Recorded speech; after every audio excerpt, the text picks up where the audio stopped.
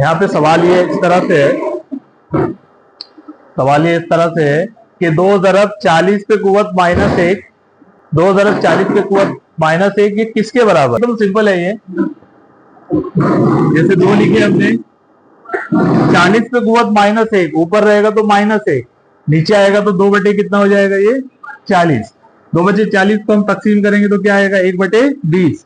1/20 की तकसीम अगर हम बनाएंगे, एक यहाँ पर है कितना, बाहर कितना, अंदर कितना लिखेंगे 1, बाहर कितना लिखेंगे 20। 20 के बारे में 1 नहीं आता, 20 सिफर सिफर, बचा 1, अशारिया लगाए, एक बार में 1 सिफर बढ़ाए, फिर 20 सिफर सिफर, फिर बचा 10, फिर 0 बढ़ाएंगे, 20 पंजे 100। तो इसका जवाब 0.05 यानी ऑप्शन नंबर 2 है।